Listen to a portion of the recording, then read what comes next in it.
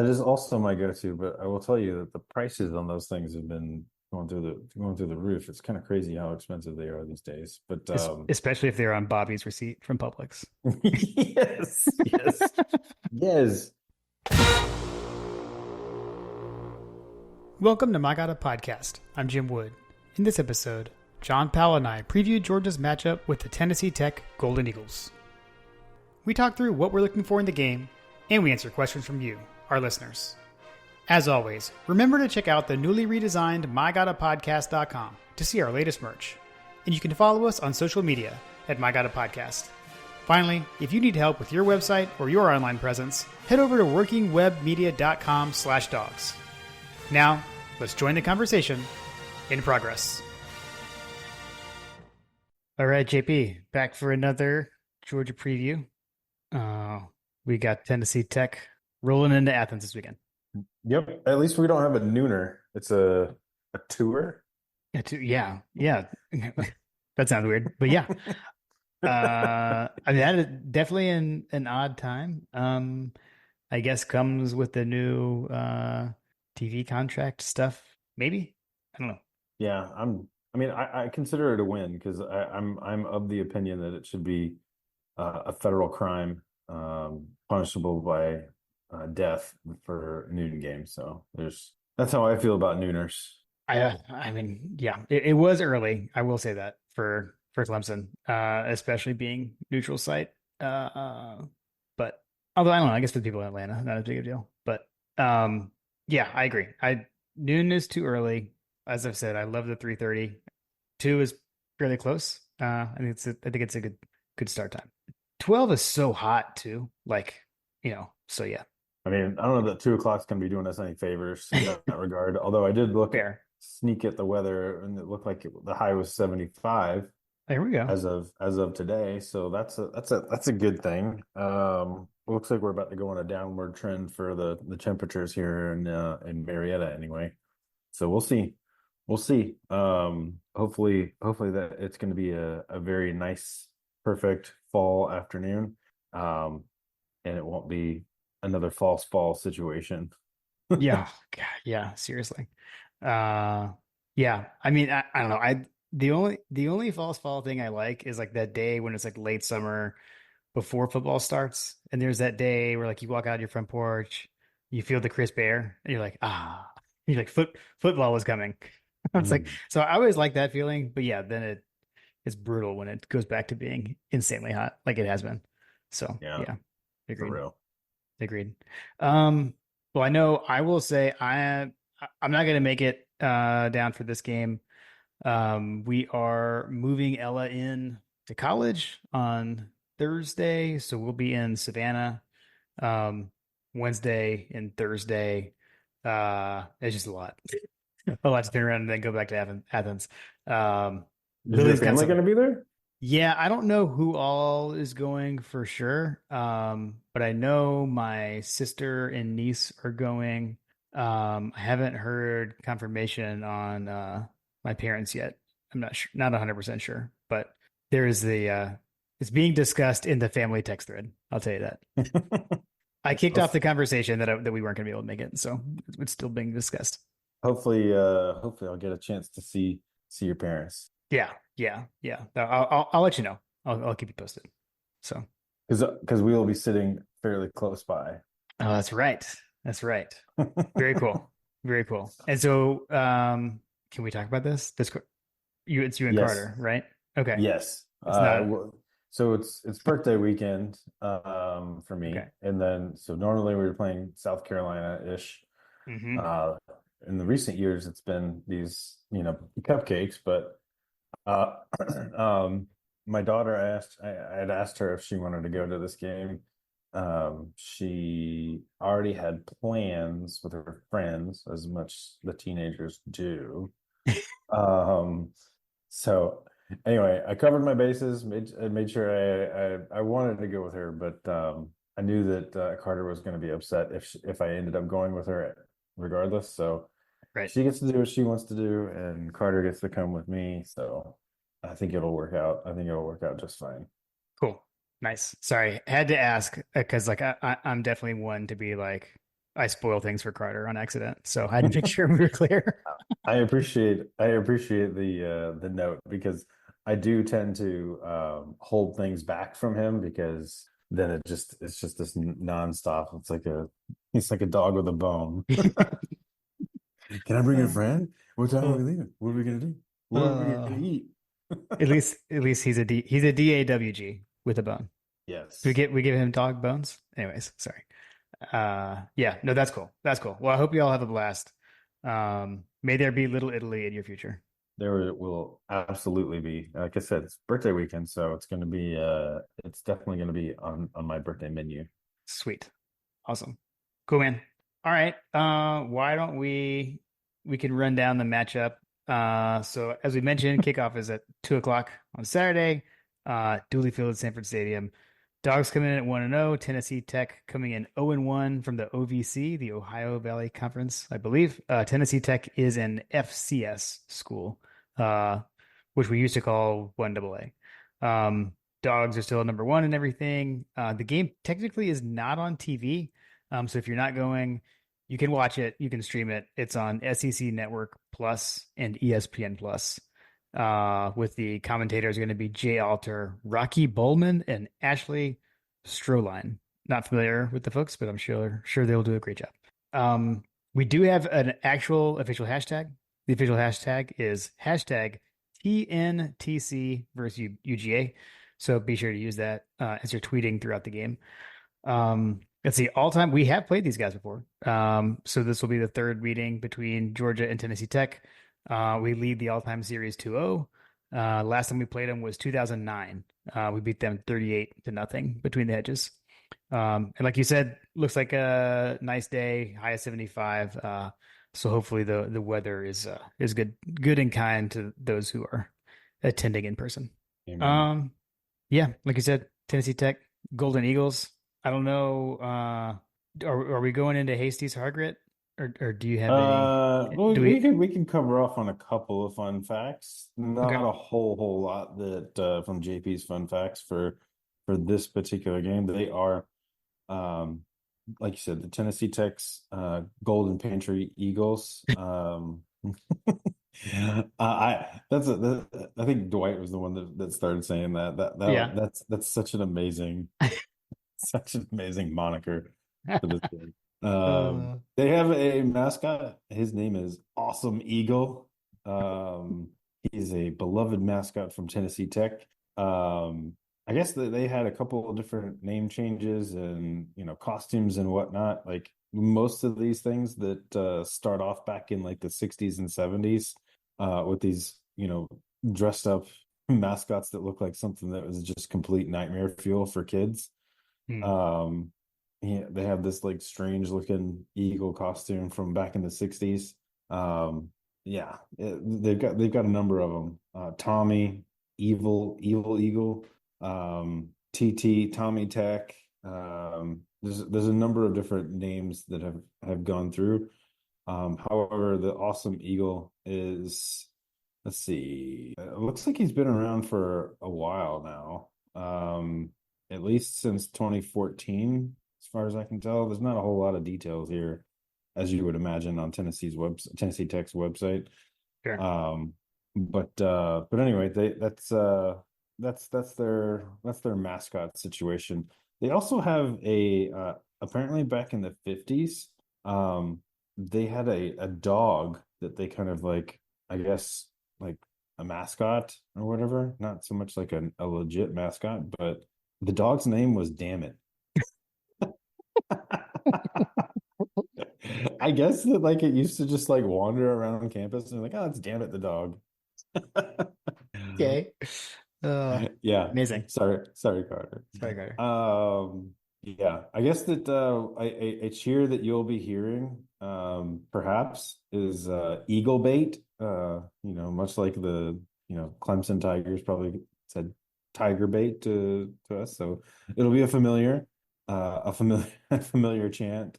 Eagle Bait is what they'll be going with. I always never understand when people say that because like eagle bait is used to catch eagles. Sorry, you can move on, but I just always find that odd. Yeah. Let's see here. What else do they got going on? Yeah, there's a lot of stuff here. Nothing else that I really particularly want to dwell on.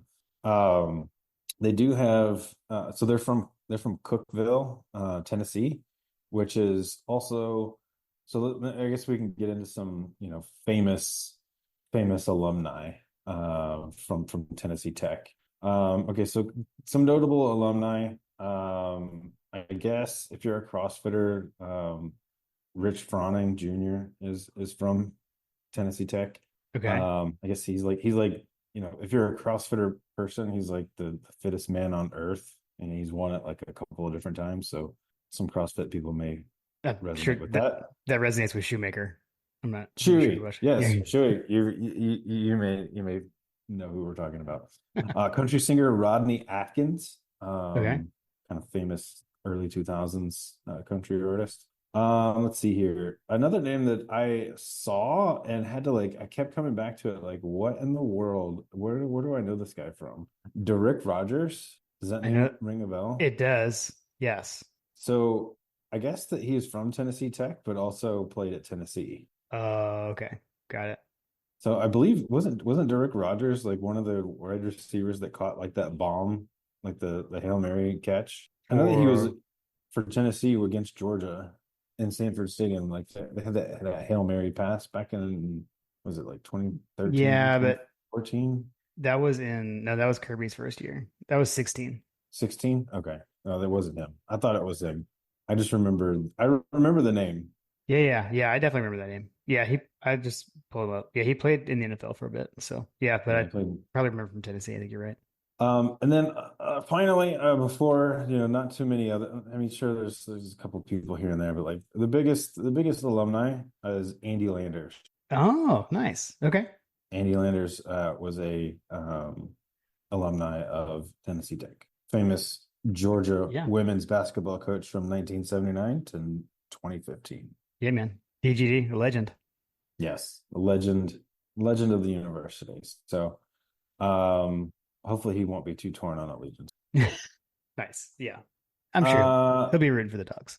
Yeah, I'm sure he'll be rooting for the dogs. Yeah, so other than that, not a whole lot. One other thing that I did want to mention because I thought it was funny given the context of what we were talking about with the Florida head coach. Billy Napier is actually from Cookeville, which is the city that Tennessee Tech is in. So there's another Florida connection to this game.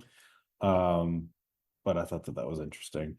JJ Redick is also from JJ Redick is also from Cookeville. They didn't go to Tennessee Tech, but Right.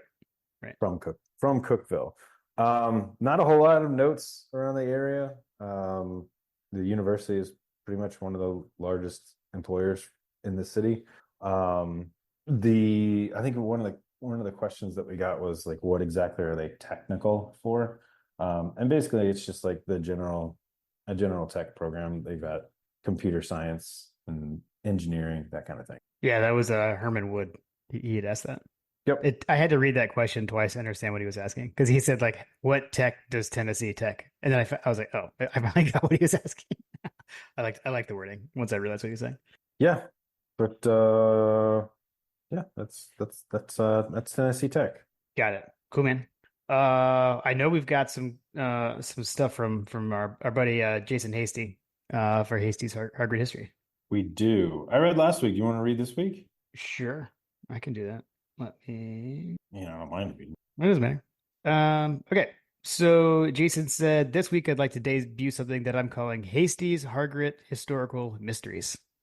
So yet even newer segment from Jason Neurosec. Hasty. We still need to work on his intro music. We do. I will say, I think Brett had suggested maybe the new SEC on CBS music, which of That'll course, just make me depressed. or SEC on ABC. Sorry. Yeah, which like they should have just used that. I will say, okay, sorry, Jason. We're gonna go off the rails very briefly. In the season preview, John Smith asked, I wonder if ESPN has some old theme song that we've forgotten about, and maybe they'll use that. And it's like, that's basically what they did. They grabbed the college football theme song from like the late 90s, early 2000s, But instead of just using it, they tried to modernize it and update it. They should, if they had just used that song, everyone would have been like, yeah. Or, oh, well, probably not. Not everyone, but some people would have been like, oh, nostalgia, cool. I remember that song. You know, And then Jim, they changed it. So I don't know. that's what we're gonna do. We're gonna do what they should have done. Oh, We're gonna dig up some of the classic music, and that's gonna be Jason's Corner. perfect. Perfect. Okay, we'll do that. Yeah. All right. So during World War II, many military units and bases fielded their own sports programs. Most of these teams played intra-service competition, while others played games against colleges. These games weren't exhibitions and counted towards the won-loss records of the teams involved, and they had as many of the military trappings of a regular college game as was possible during a wartime. For football games, marching bands would perform, cheerleaders would cheer, and at least some fans would fill the stadium. In addition, game day programs would be printed. If the games were in a college stadium, the program was likely to be a normal program. But if the game was on a military base, then it could be a simple program or a mimeographed pages stapled together. On October 16th, 1943, Georgia played and lost a game against a team from Daniel Field, an airfield near Augusta, Georgia, that had been taken over by the U.S. Army Air Corps. The game was played at Richmond Academy's stadium in Augusta. And here we have the mystery. There is no known program for this game. There are, both here in the library and in the hands of collectors, complete collections of all Georgia football's game day programs going back to the 1910s, and even a few examples of programs from before then. We have copies of every home and away game, every bowl game, and even every game played against military teams, except we don't have a program for the game against Daniel Field in 1943. And I will say we've got some other programs. I think we'll show those in a second. But I know, John, you had some comments on those. There's definitely some nightmare fuel in those programs. Yeah. Yeah. Collectors and fans have searched for decades to find a copy of this program, only to come up empty-handed again and again. I've searched with all the resources available to me and come up empty-handed for this one single game. We only have questions and not a program. Was it ever printed? Were all copies lost?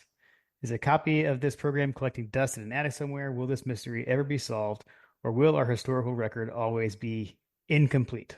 Hopefully, through the efforts of Georgia fans, this mystery will one day be solved. So, listeners, dear listener, if you have any insight here, I know Mr. Hasty would definitely appreciate it. Love to add to the collection over at Harvard Library. Knowing Mr. Hasty, I know that he's very frustrated by this.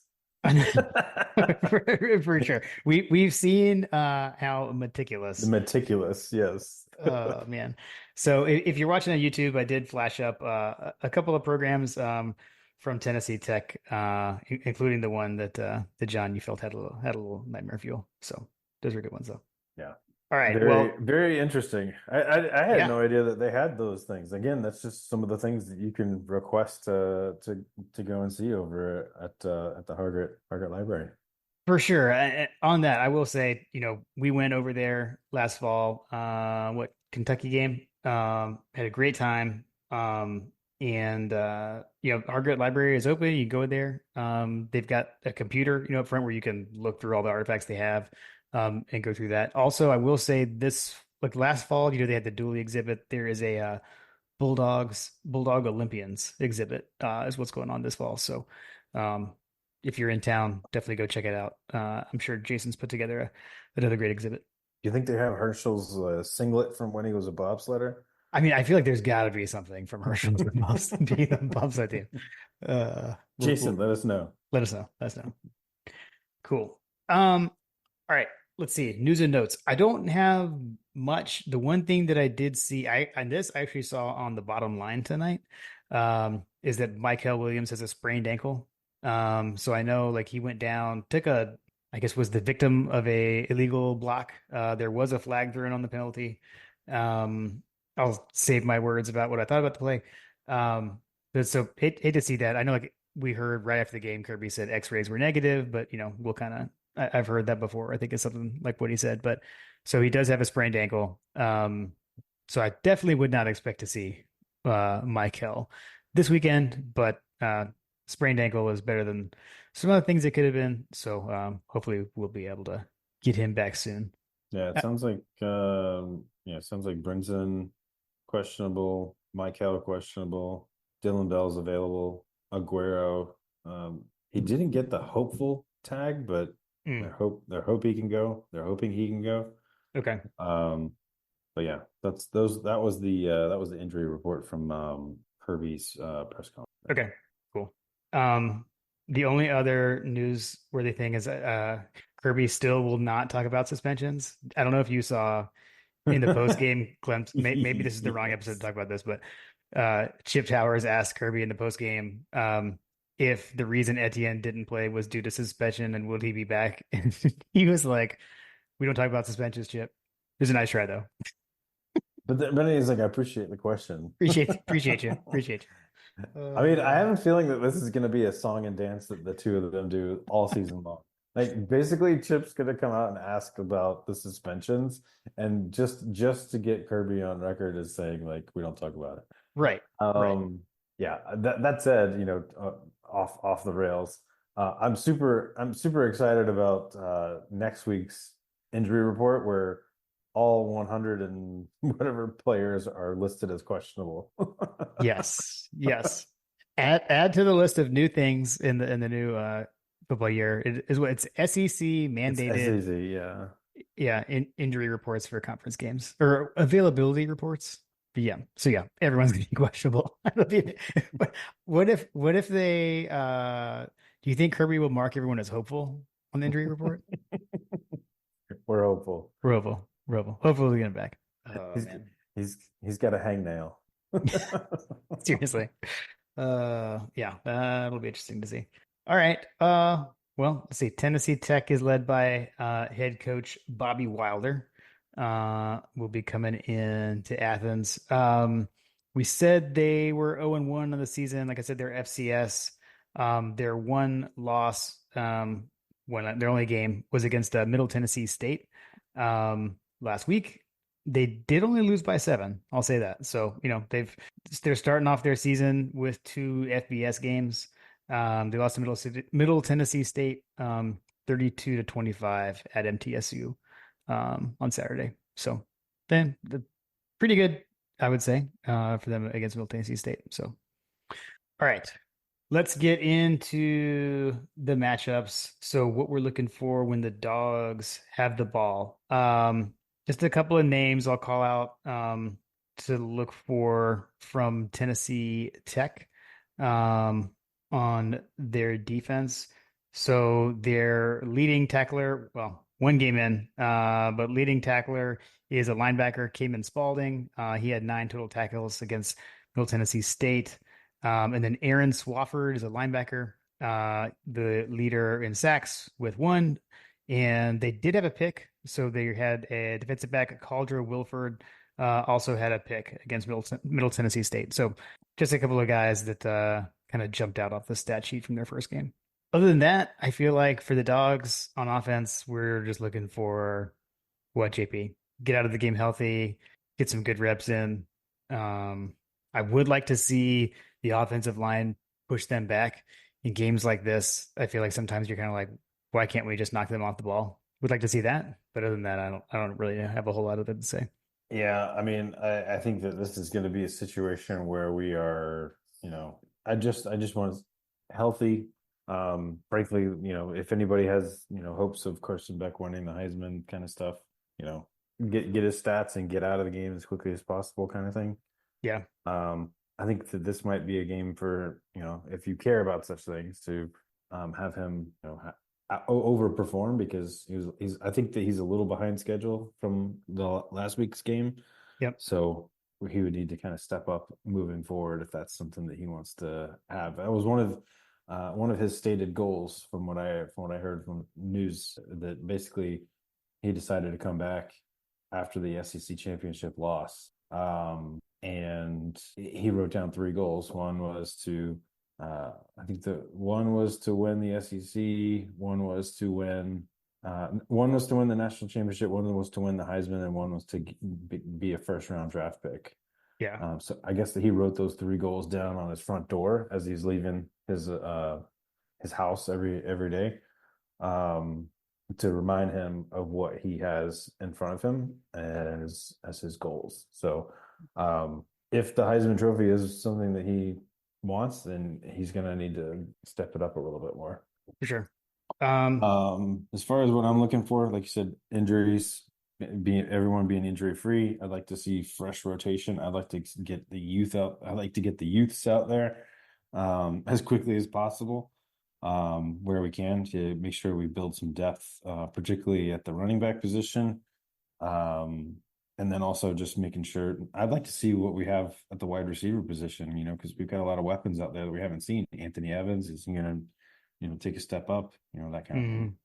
Yeah, definitely. Agreed. I'm assuming we'll get our first look at Etienne. So, we'll see what he looks like out there. I suspect the offense will look a little bit different with him there. I'm sure Chip will ask Kirby about it, so we'll see. We'll see what he says. Okay. Okay. Fair enough. Yeah. And then, we got to watch out for leading receiver London Humphreys. Um, Fun fact, second leading rusher for Georgia right now is Dylan Bell, actually, from like an end around. So that was gonna. So, yeah, it's kind of funny. It's also kind of scary. I would say that that's probably something that I'd like to see a little bit more consistency on the offensive and defensive lines. I Yeah. think I mentioned in the Clemson review was at times, I think I texted everybody like the offensive line was getting mauled, and then later in the game the defensive line was getting mauled, but then they got pissed off at me for saying it, and then they completely destroyed Clemson the rest of the way.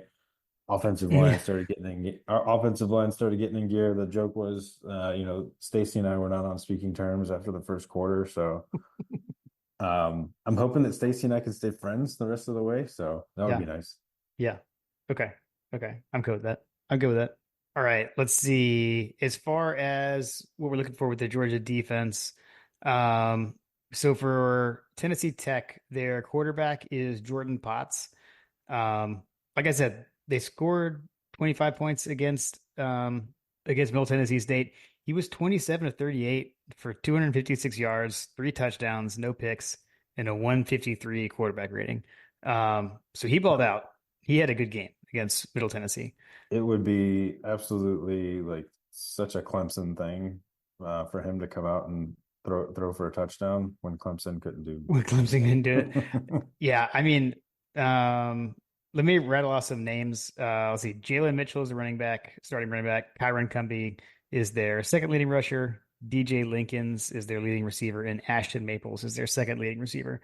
That's basically what you just said is what I'm looking for. Like, what are we gonna do here? How are we gonna? What is our mental situation going to be? Are we going to be up for this game? But I'm sure this is where assume nothing. I feel like it does work well to talk to these guys about, but this is all going to be mental.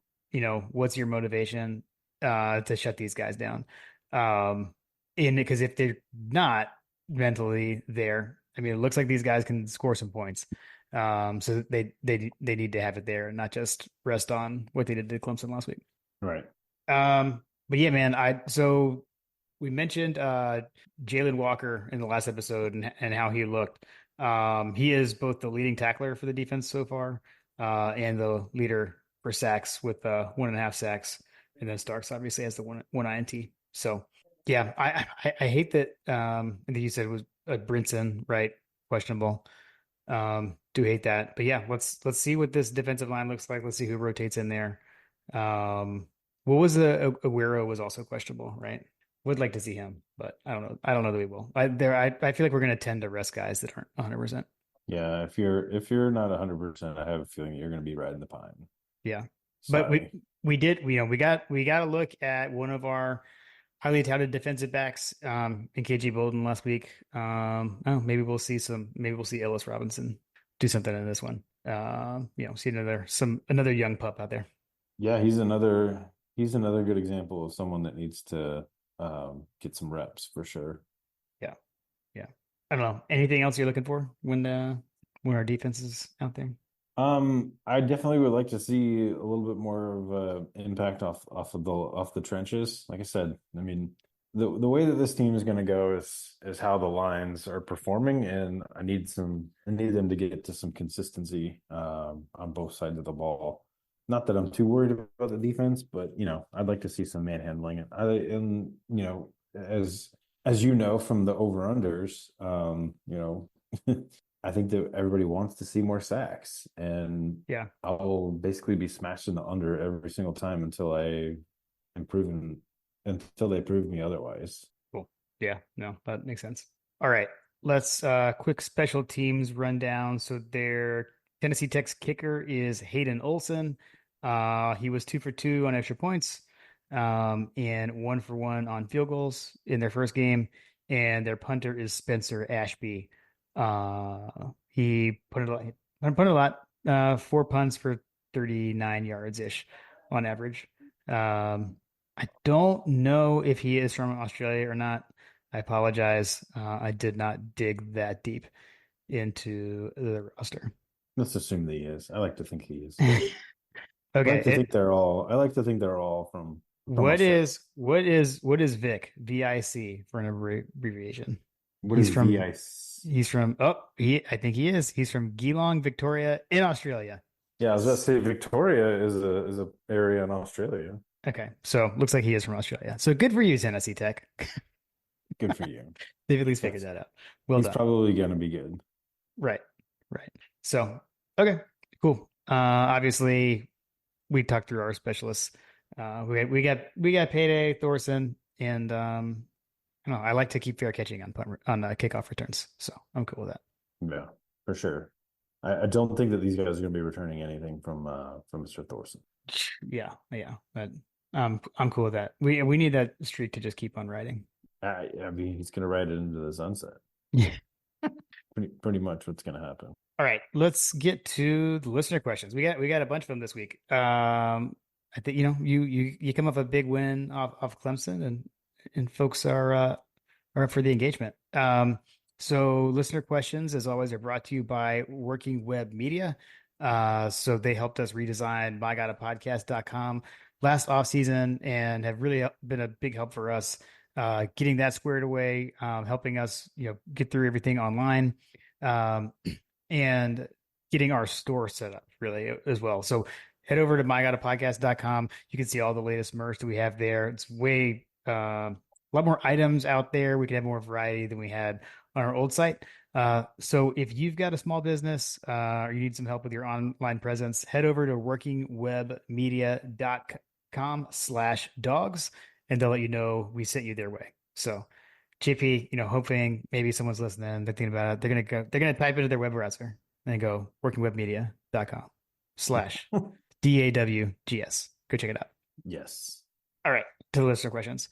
First up, Brett Belding. Belding's two-parter TM. Amazing. Number one, who will get running back touches on Saturday? So thinking other than who we mentioned Cash already. Jones, Yeah, Cash. ETN, Branson, Nate, Cash. Who else? I believe we'll see.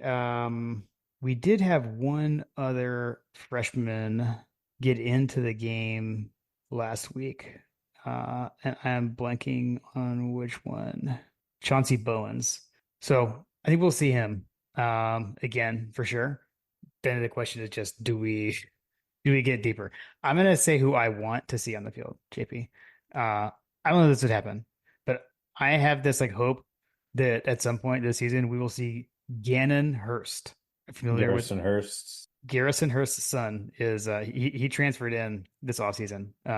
So if we see him, amazing. Yeah, that would be awesome. And then second question from Brett was, will we see Puglisi as well as Stockton? So I fully expect to see Stockton. Is Puglisi healthy? That's something that I'm not totally in the know on. I know like he wasn't able to go in the spring. So I would say if he's healthy to go, then I would expect we'll get into at least the third quarterback in this game. So I'm gonna say yes, unless there's something injury that I'm not sure. All right, Dwight wants to know, will the Golden Pantry Eagles bring enough biscuits for the Morris Hall tailgate? If you know, you know. Bobby Wilson. I feel like there's an inside joke there. The only thing, so there was a reply from Bobby about sausage as well. So I don't know if this is related at all whatsoever, but there was someone who showed up at the tailgate at Clemson that like was trying to promote their sausage, and apparently Bobby is going to be like in a sausage commercial or something. What? Yes, someone was trying to promote their sausage brand and showed up to the tailgate in the blue lot and took video of them cooking their sausage and eating the sausages. And Bobby apparently was one of the main focal points of it. So that may or may not be related to this, but Was the sausage any good? Is what I I'm miss curious it. Like I about. said, I got there late, so I can't comment. I can't comment. Got it. All right, Dogs fan forever. Greg from Charlotte. I love the way this one is framed. Greg from Charlotte. This is a game the Dogs will win by 40 plus. But much like UT Martin last year, fans will say we didn't look good, etc. What does a good game look like to you all? Who needs to do what for the W to mean more than just an easy W?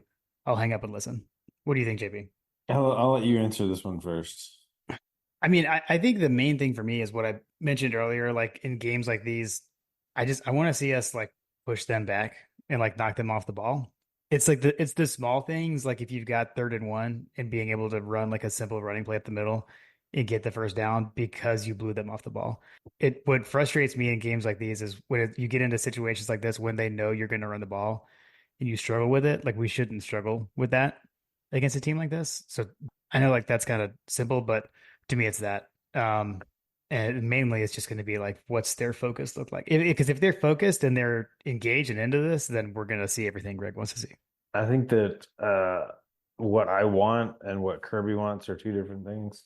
Okay. Um, I think that a successful game is, we win it easily, not really, at any point are we frustrated by what we're seeing kind of situation. Not that I'm expecting that at all, but we should be able to manhandle and name your score, right? Yeah. If you are able to name your score, I wish that we would just, pour it on and get everybody talking about how amazing the Bulldogs are this season and how good we are, because I had to sit here and listen to literally everyone and their brother talk about how amazing Tennessee was this Mm. past week and they played Chattanooga. Yeah. Yeah. Some of these other teams played like Bethune-Cookman or whatever, like, you know what I mean? Like they played a lot of these teams that are ranked, they ended up playing, they didn't play Clemson, they played Chattanooga or directional university, here. Yeah. And we got to hear the pundits bloviate about them all weekend long about how good they are, and I'm just like, come on, guys, Chattanooga, calm down. Yeah. So your point is basically though, but if we put up numbers, If we were to put up numbers very similar, then all of that evaporates, yeah. and it's just like back to normal, I feel like. But we should cut through them like a hot knife through butter, and it would be nice to see us actually do that. Yeah. Yeah. Agreed. Cool. All right. Next up, 51-7 GATA. Is it just me, or does Georgia have to lead the nation in players switching jerseys/numbers during special teams? LOL. There was at least one punt Saturday with 2 players using those substitute jerseys. I mean, I Dude, feel like we have to. Like it is it is out of control. if you watched any of the game, I mean, I guess that they announced it in the stadium if you couldn't hear the announcers, but like it felt like it was all the time. Like it was, I don't know. I would have to say that we have to be, because I've never heard it mentioned so many times. So like we Yeah. must have some guys that just have the same numbers. Yeah. No, we do. We do. Yeah. I Which mean that which I wish that they would just like, all right, this is your number. Like we're not doing this anymore. Sorry. yeah. Yeah. I mean, we got 100 options because you can wear 0 times Yeah. 2, or at least times 2, if not 3. Can we, if you're gonna be on the same special teams, can you have a different number? I don't know. But no, I agree. It's I don't know. It's an exorbitant amount of times it happens. So It's a lot. agreed. Agreed. Yes. Short answer, yes. Yeah. Okay. John Michael D. With the Sony and Gurley tribute, does that make the unofficial official running back spot take over for the previous receiver moniker? Just throwing this out. Was not able to. Oh, wait, then he's got a comment. I'll go ahead and read that. He said, was not able to be home in my little stitious attire until the start of the second half. My apologies to Bobo haters. So the turning point in the game clearly was when John Michael D got into his appropriate attire. So, but thank you for at least course correcting once available. We Yeah, appreciate that. that's all your fault. Okay, so we've got some official, unofficial receiver slash running back questions. I do just I want to think, say that there were texts between us going on during the game about this topic. Just I'll at least put that out there. yeah, I would say that we haven't decided, but I don't. We haven't had officially unofficial running back of My God, a podcast, have we? No, that's his question is should we Oh, should we replace? is there potential No, to can't have do that? that. Yeah. Yeah. Okay. No. Yeah, we had to stick with the unofficial official. I will say also inside sources, inside baseball, inside football, whatever, from last season. The reason we were so the reason we were so slow last year is because we knew we were eventually going to get Lad on, and we didn't know when that was going to happen, for sure. And so we wanted it to be Lad because that worked. But then that got, Lad was hurt. It got delayed. We ended up not having Lad on until like the week of Ole Miss, and we had the people were clamoring for an unofficial official receiver. Lad was hurt. Mekhi Muse kind of forced our hand, and we welcomed him with open arms. But so yeah, so that's kind of why it took so long. Hopefully these things, it'll unfold naturally, and soon enough we'll have one. Is that Yeah, I would say agreed? soon enough. These things will settle themselves out. Like, we're trying to figure out what we got to work with. We're putting the Jimmies and the Joes where they need to go, and we're just gonna figure it out. Amazing. All right. Next up, friend of the show, Tim Riley. Good seeing Jim in Atlanta. Hell of a win to start the season. We ran a lot of 12 personnel with Lucky and Delp. Do we anticipate this continuing, and will we get Delp some pass targets? Or is Lucky actually more of the pass catching tight end that Carson will be turning to? That's a great question. I mean, that's kind of what I was saying. Like, Delp was kind of not really. I don't. I think I'm pretty sure he caught a pass or two, but I can't remember where he was on the productivity chart. But Lawson Lucky for sure was a more favored receiver for him because he threw it to him for a couple of pretty big games. So I don't have Oscar Delp with any catches from this game yeah, maybe he's this year. hurt. I don't know. I mean, Uh, yeah, I don't know. Some of it is just how it unfolds, and you're making the read, and it ends up going to someone else. So I wouldn't be like super like worried about that. But I will say this: like, I mean, it's awesome to see Lucky out there catching the ball like that, because we need that. I mean, there's nothing like having the two tight ends that are a threat to receive and block as well. I mean, I think heading in, we were kind of thinking more along the lines of Delp is the pass catcher and Lucky is the blocker. And if they can mhm. both do both, then awesome. Yeah, I would say that giving the defense something to think about is going to be a much better situation for us than if they're expecting Delp and only Delp to be the pass catcher. Then now that Lucky has flashed his abilities, that's always going to be in the back of the defense's mind. Is like we've got to watch out for this guy. Maybe popping up in a seam or something like that. Yeah. Yeah, for sure. Tim, it was good to see you too, buddy. I'll close with that. That was a lot of fun. I That's a saw the lot of first pictures roll in about the tailgate, and I was like, "Is that Tim?" yeah. I will say also Lily and I stood like a little bit when we posed the four of us for a picture, like we were a little bit uphill as the way the parking lot, just so I didn't look quite as short next to Tim as I am, which I still am, and I still look short next to Tim, but it is what it is. That's why I was second guessing myself because I was like, "Guess that's him." I thought he was tall. I thought he was taller. Tim definitely was able to just stand in the back when we did the big group photo for the tailgate. It like doesn't face us. Yeah. All right. Craig has submitted a question. Craig Lawson. Should all of college football boycott attending these garbage games the admin forces season ticket holders to pay for? And why is the answer to this question a resounding yes?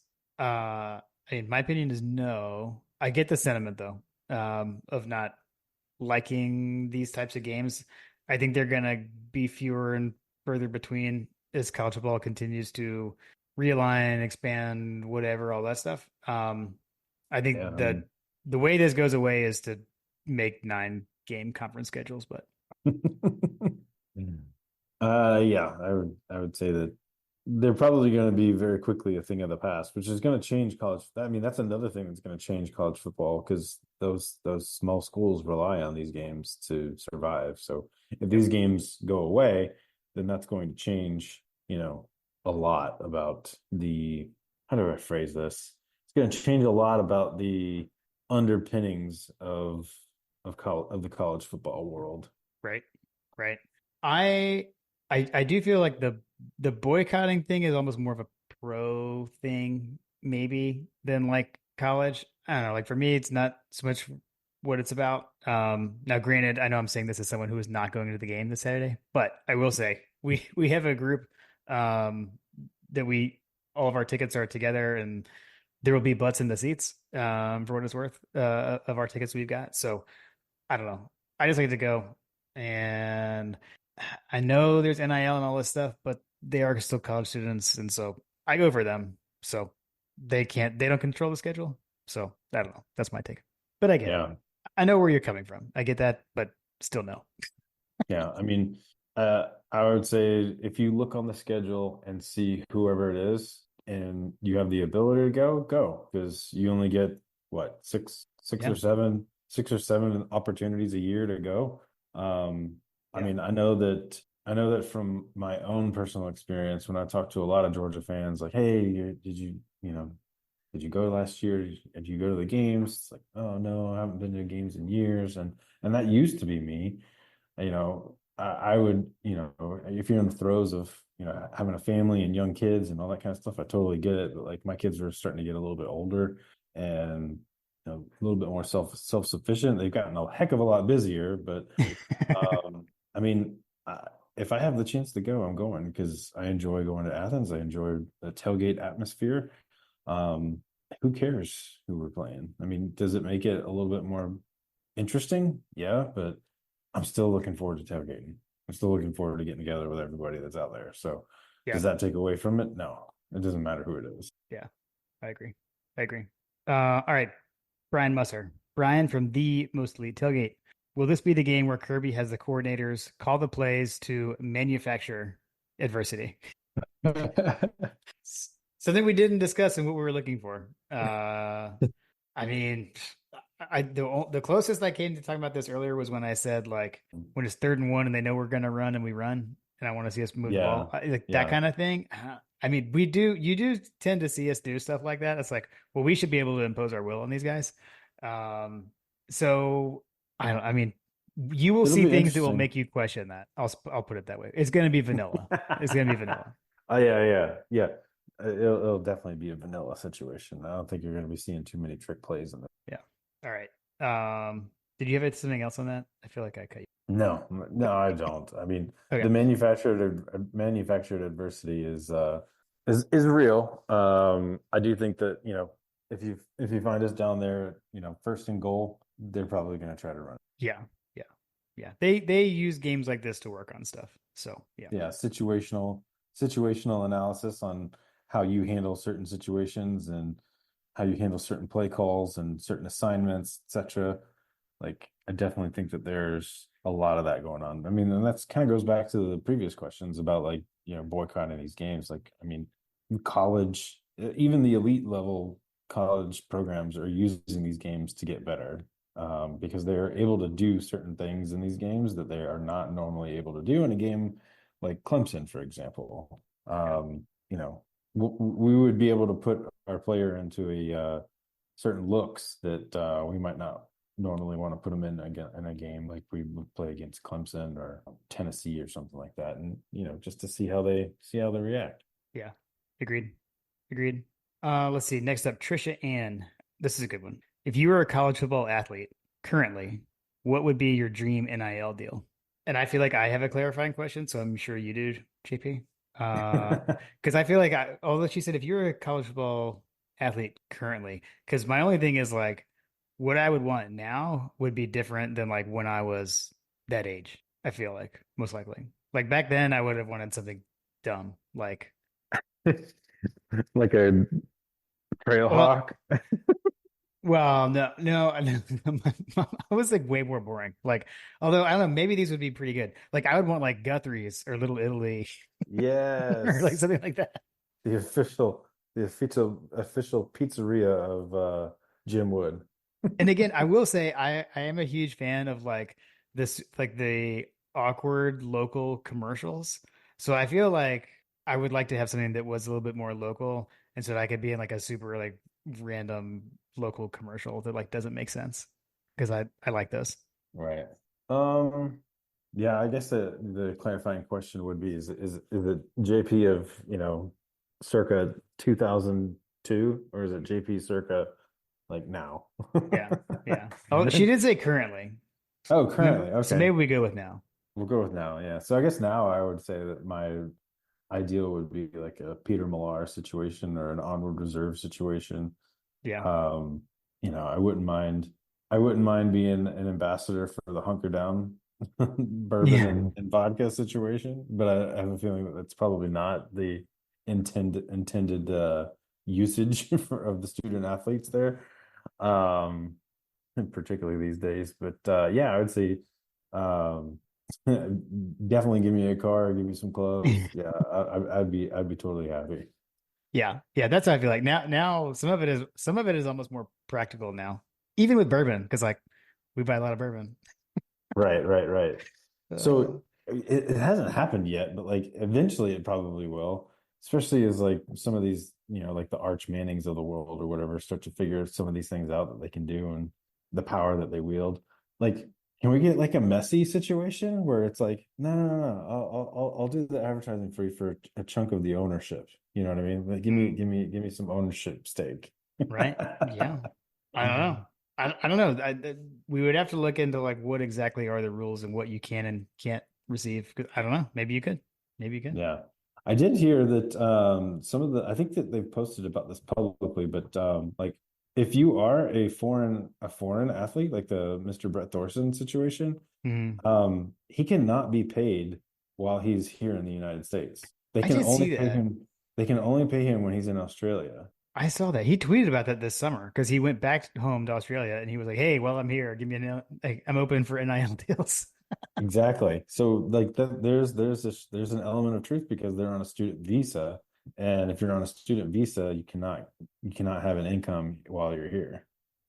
Okay, man, that's interesting. Yeah, so we have all these guys that come over from, Pro Kick Australia or whatever, Yeah, and they can't get paid. but I feel like I have a feeling what's gonna happen there is that they're gonna create a satellite situation over here in the United States, and they're yeah, gonna just bring them over here. yeah. But like, are all Australian punters as marketable as Brett Thorson? Because I feel like the answer is no. Like, I feel like the answer is a resounding no. he's great. He's great. I hope he can just like stay here forever.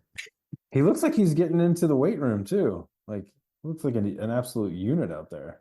I mean, maybe he was hanging out, maybe hanging out with Stetson. Good, I mean, he's getting in there with Tate, and he's having to deal with Tate's trash talk. Like, and then that's he's true. like, "All right, fine. I'm gonna have to start lifting weights here." True. True. Maybe they'll talk about it on their podcast. Maybe. We'll have to check it out in the next episode.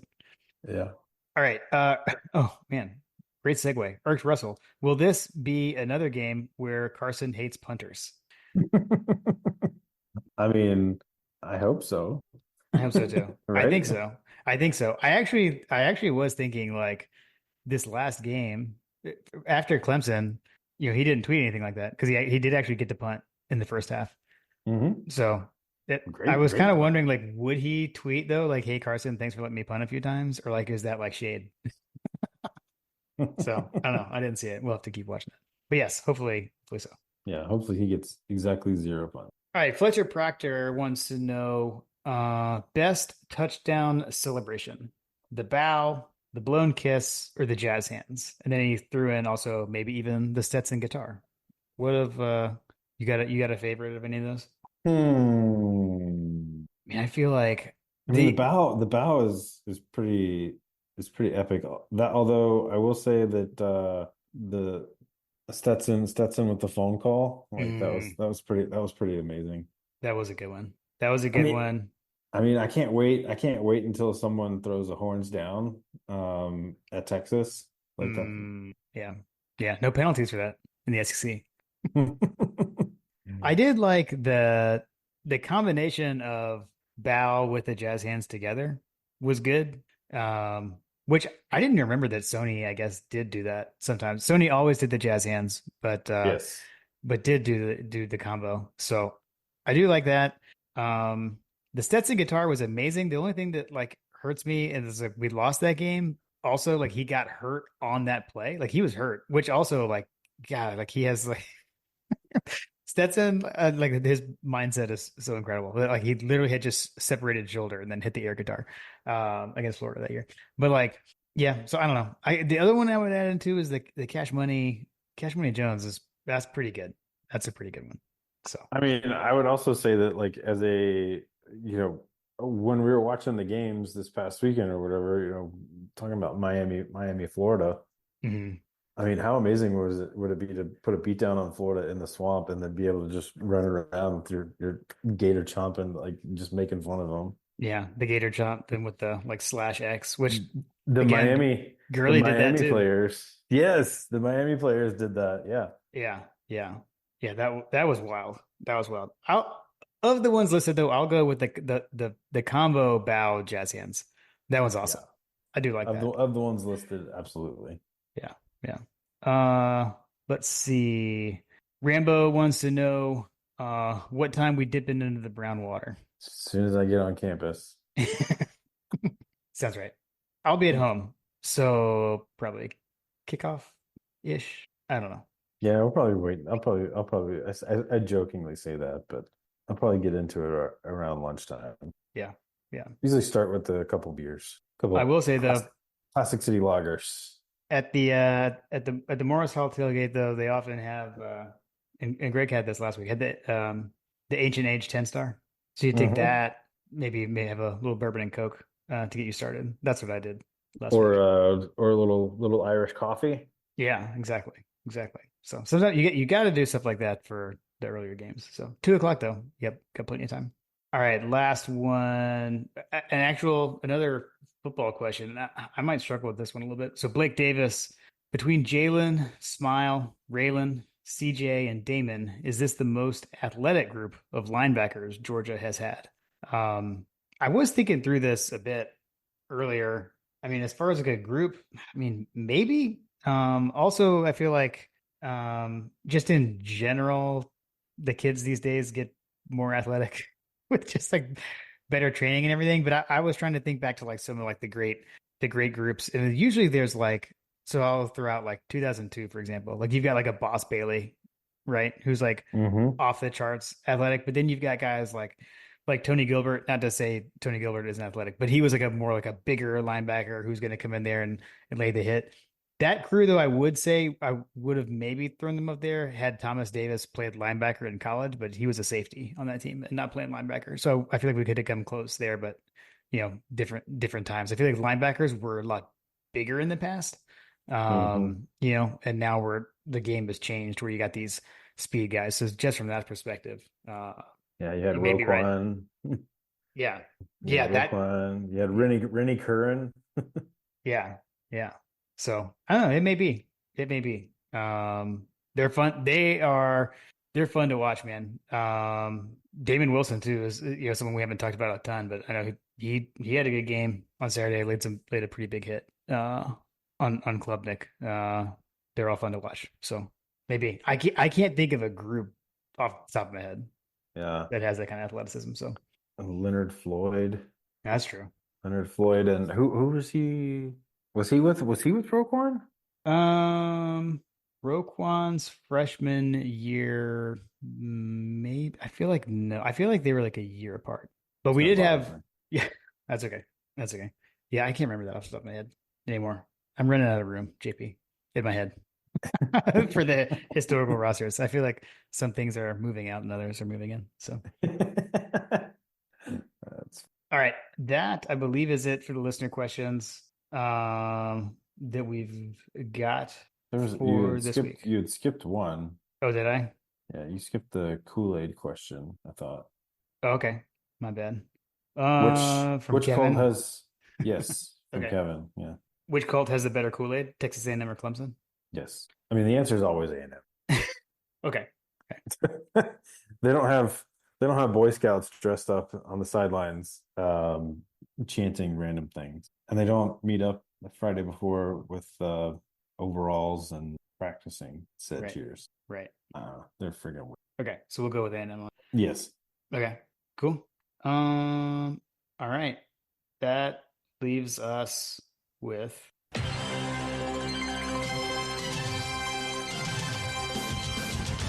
My God, a freshman. Trying to put glasses on. Oh, my God! it is time for coaches over-unders. We're keeping the music. We're keeping it rolling. Let's see, JP, because you went a perfect 8-0 last week. I think you get the honors to choose. Do you want to go first? Or do you want me to go first? Let's see here. Are you going to take the ball or are you going to defer? I'm going to defer Ooh, you're going to first. defer. Yeah. Okay. All right. Over under 3.5 Georgia rushing touchdowns. I'm going to go over. You're going to go over? Okay. Mhm. I'm going to go under. Okay. Over to you. Over under 2.5 quarterbacks play for Georgia. I'm going to go over. Gotta agree. Gotta agree with you. Also take the over. Over under 9.5 players with a catch. I will go. I'm gonna go over. I think I'm just running through my head. I'll go over. Okay. All right. Over to you for the Under. defense. Okay. It was over under 3.5 sacks. You're taking the under. Yes. Okay. I All right. told you I'm going to take the under until they can prove me wrong. Okay. Fair enough. You want them to. Show me! So you gotta like that with Kirby. All right. I'm going to continue to disagree with you on this one then. So I'm going to say over 3.5 sacks. Next, we've got over under 2.5 forced turnovers by the Georgia defense. That is a lot. I'm going to go under. I'm also going to go under. Okay. And then for you, over under 12.5 players with a tackle. Over. Okay. I'll go over. And then over under 2.5 field goals attempted by Georgia. Ooh, man. I'm gonna go under. I'll go over. Okay. And then last one is yours. Over under 31 first half points for Georgia. I'm going to go under. I'm gonna go under. It's a lot of points. There's a lot of points. Although if we were to stay on schedule with where I want to go, would be where we would need to be. You hope you're wrong. I hope I'm wrong. But I'm going under. Always, always. Okay, cool. Coach also has some games that we'll get to after we make our Georgia picks. So thanks, Coach, always for submitting the over-unders and tracking them as well. Yes. All right. So for the predictions, we really don't have anything to go on here. There's no, as far as I can tell, when I last I checked, the games like kind of like a off the board kind of deal. I haven't seen I couldn't find a line for the game. You know, they do that with stuff like this. You get the number one team in the country playing a 1AA team. So it can happen. I mean, you use the phrase "name your score game" and that it should be that.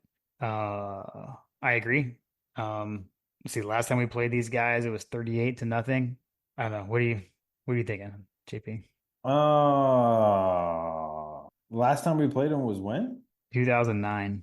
I don't think that we're going to see a 38-0. I would say 45-7. Man, I had just decided on my score, so I'm just going to leave it. I was going to say 48-6. So we're right. We're like right there in the same spot. So nice. I couldn't not say that once you said that. You're true to yourself. Yeah, exactly. So yeah, this is one of those games where just it's all about the mental focus. So yeah. protect the ball. Come out and whip Should them. be good. Yeah, exactly. All right. Games around the nation. So Coach gave us some pick 'em games to talk through. I mean, the biggest one I would say is the big noon kickoff on Fox, which is why we Like, have noon games on ABC with the SEC, by the way, which I don't know if you saw. The reason Georgia is on at noon, the Georgia Clemson game was like the second highest rated game on Saturday this week. Number one was Notre Dame A&M, like no surprise, primetime game, but Georgia was second.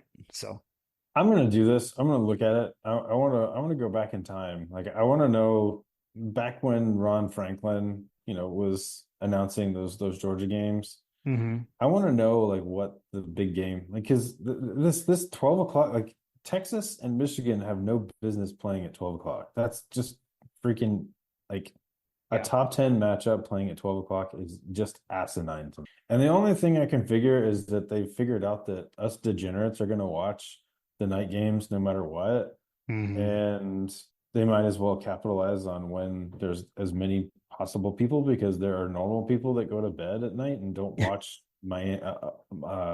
Hawaii and USC or whatever. Right.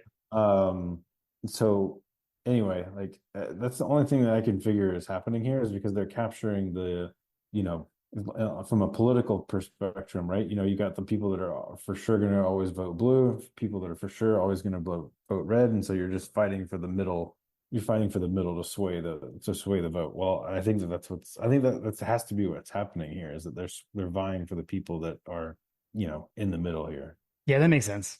And I think one of the things I'd always heard was like ESPN was able to retain. I mean, they've got game day, and people will just leave it on the channel. You tune in for game if you tune in for game day, which I feel like is not as big of a deal as it used to be. But Yeah, that's what I'm saying. Like, yeah, if that's the working theory, maybe they're just trying to hold on to the whatever audience that they've created here. But like, yeah, I mean, I'm in this boat. I watched a little bit of game day. I didn't watch very much at all because it's just it's just boring. It's just boring now. But it's like I don't yeah, it's not what it. when they brought Shane Gillis out, off the rails. When they brought Shane Gillis out for the Notre Dame Texas A&M thing, and he started like going in and talking and joking and doing a little bit of comedy routine or whatever.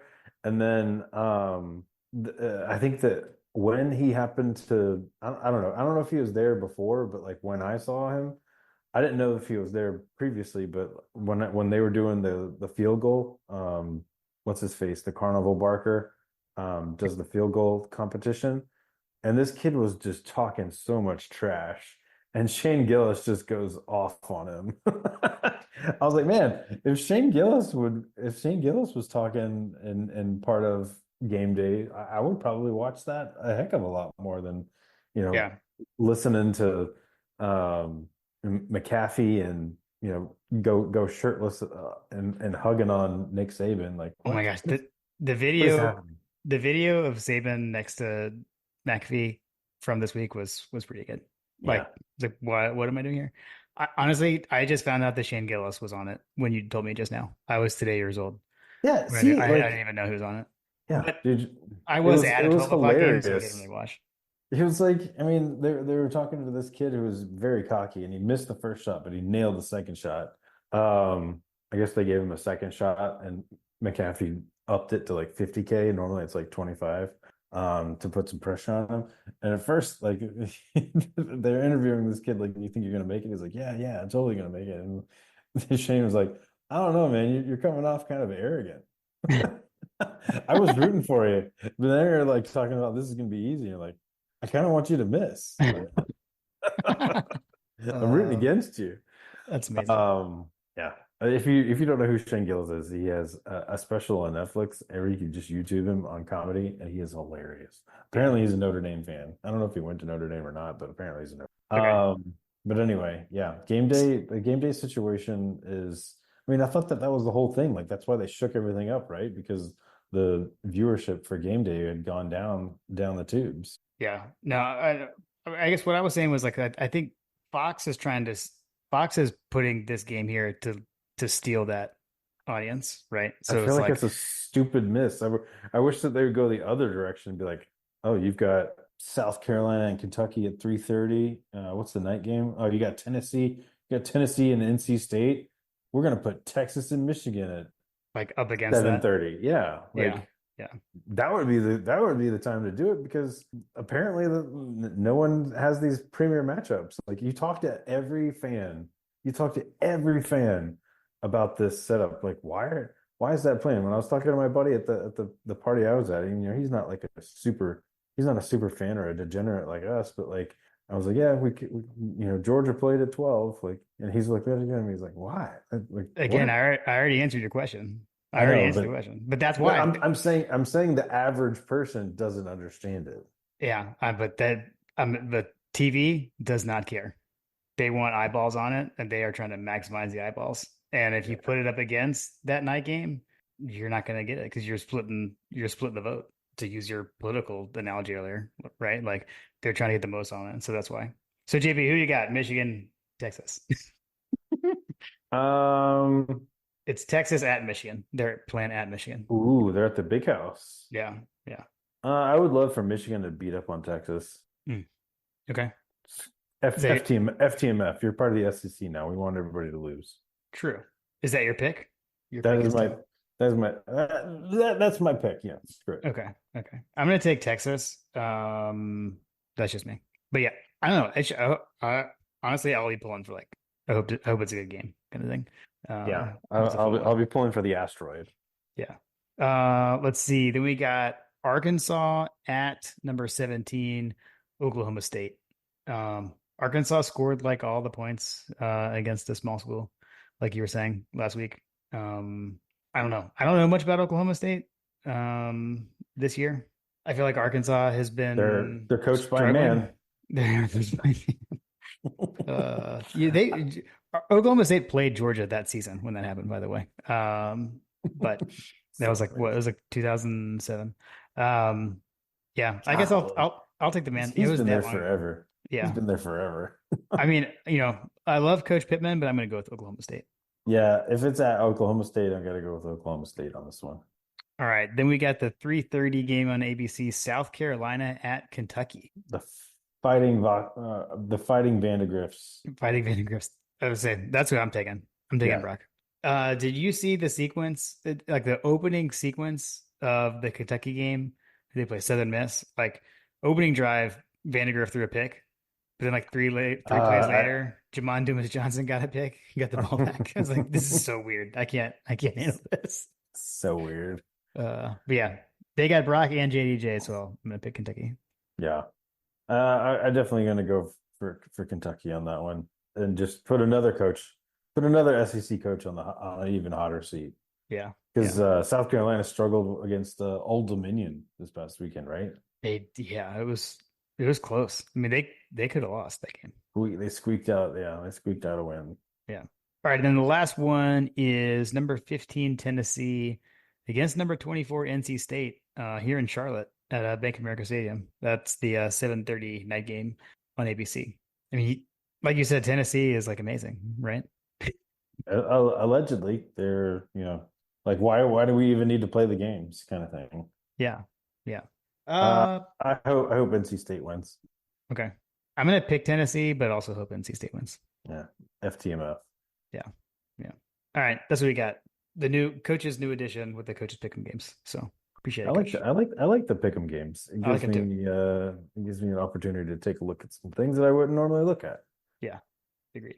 All right. Well, heading into a game, name your score game. What's your plan? Keep the kids focused, assume nothing. Plan is don't really have a plan. So it's going to be a very weird weekend. This will be the first weekend with one kid at home since we only had one kid with our oldest going away to college. So we're moving Ella into college on Thursday. So it'll just be Kim and I and Lily on the home front. On Saturday, Lily has a birthday party to go to, so it'll probably be Kim and I watching on the porch with Bean Dip and such. That's my best guess. Ooh, I just realized. Oh, the bean dip would be amazing. I just realized that Lily's ride is leaving, huh? Right. True. Now you True. guys gotta go pick her up from the party or drop her off or whatever. Yeah. That is a good point. Yeah, we've already felt that so far this year because Ella isn't going to school, and we haven't been making Ella like wake up to take her sister to school. You're a nicer Uh, person.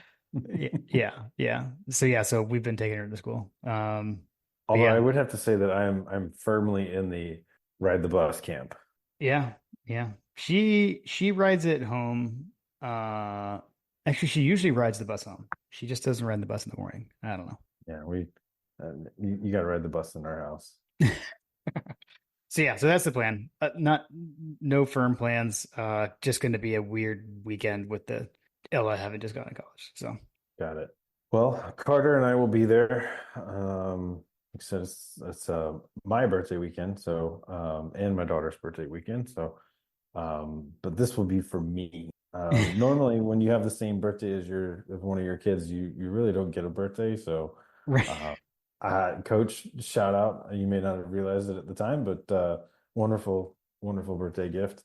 Yeah. So I'm gonna head to the game with hashtag #, sorry Carter. And we're gonna have a good time. Hopefully Kirby and company give you a birthday present in the form of the game going the way that you hope it's gonna go. Not just the win, but in the Yes, absolutely. And I will actually I'll get to do this before you, Jim. I'll get to crack open a beer in Sanford Stadium for the first time, right?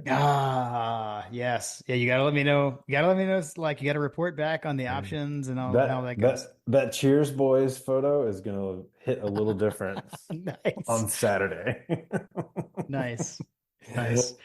Uh I just realized that. I forgot about that.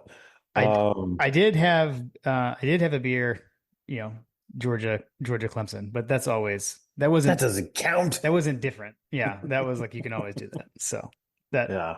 If your dad's there, I'll share it with him. nice. Nice. Yeah, you have to go give him you have to go give him a cheers. Yes, exactly. Um, I'm bringing pimento cheese. You mentioned the bean dip. Mm, I'm for sure going to be bringing pimento cheese. nice. Nice. I love maybe do some of that. I love a good pimento cheese. I had a chicken and pimento cheese biscuit for breakfast yesterday, and it was incredible. Mm, So that will be partially what I'm hoping to do on awesome. Saturday. Do you make it yourself, or do you purchase like the Polly's Island or whatever it is? The When we have it, I no, yeah, I we usually buy the Palmetto cheese actually. Palmetto cheese. That's what it Yeah. is. Yeah. Yeah, that's my go-to for sure. That is also my go-to, but I will tell you that the prices on those things have been going through the roof. It's kind of crazy how expensive they are these days. But Especially if they're on Bobby's receipt from Publix. yes, yes. It's like I don't know. They don't. I haven't been seeing it at Costco lately, but anyway, it's usually a way better deal at Costco. But Okay. I actually made it. I'm gonna be making it myself. Oh, nice. Okay, Yeah, cool. super easy. You'll have It's to hit me with the recipe. You're quite the super chef, easy. JP. For those who don't know, I got sent some pictures of the biscuits you made this weekend, and holy moly, that was like a legit biscuit. It was homemade biscuits. I woke up and I was like, we needed to we'd already run through the budget, and we were trying to get the groceries and all that stuff. And I'm like, man, I don't have any biscuits. So I was like, I got flour, I got butter, I got some milk. Let me just whip some up. They look really good. Nice and layered, flaky. They look really good. That is I will say I've made them before, and the way you get the layers is you just fold the dough Yeah. constantly. You just constantly fold the dough. And Yeah. I had never done that before, so yeah, it Okay. was good. Yeah. Yeah. It was Nice. good. And I made some pecan lemon blueberry muffins this morning for breakfast. I'm telling you, you gotta follow JP on the socials to see all his food pics. They're pretty amazing. Pretty amazing. They're impressive. I could do a lot. I can do a lot. Oh, sweet. All right, man. Well, hope you and Carter have a great time in Athens. Let me know how I'm sure the beer will be flowing like wine in Sanford Stadium. Let me know how that is. Curious to find out that, but Yeah, man. Hope you have a great birthday weekend. Yeah, it'll be the fourth quarter, and I'm gonna be walking out and be like, how much beer did you guys sell in here today? You got to start tracking it for coaches over unders. Yeah. Exactly. Awesome. All right, man. Well, I'm gonna miss you for sure. It's always a sad day when we go to the game day and Jim's not there, but we'll be cheering. We'll be cheering for you. Sweet. Thanks, man. Appreciate it. Yes, sir. Go Dogs. Go Dogs.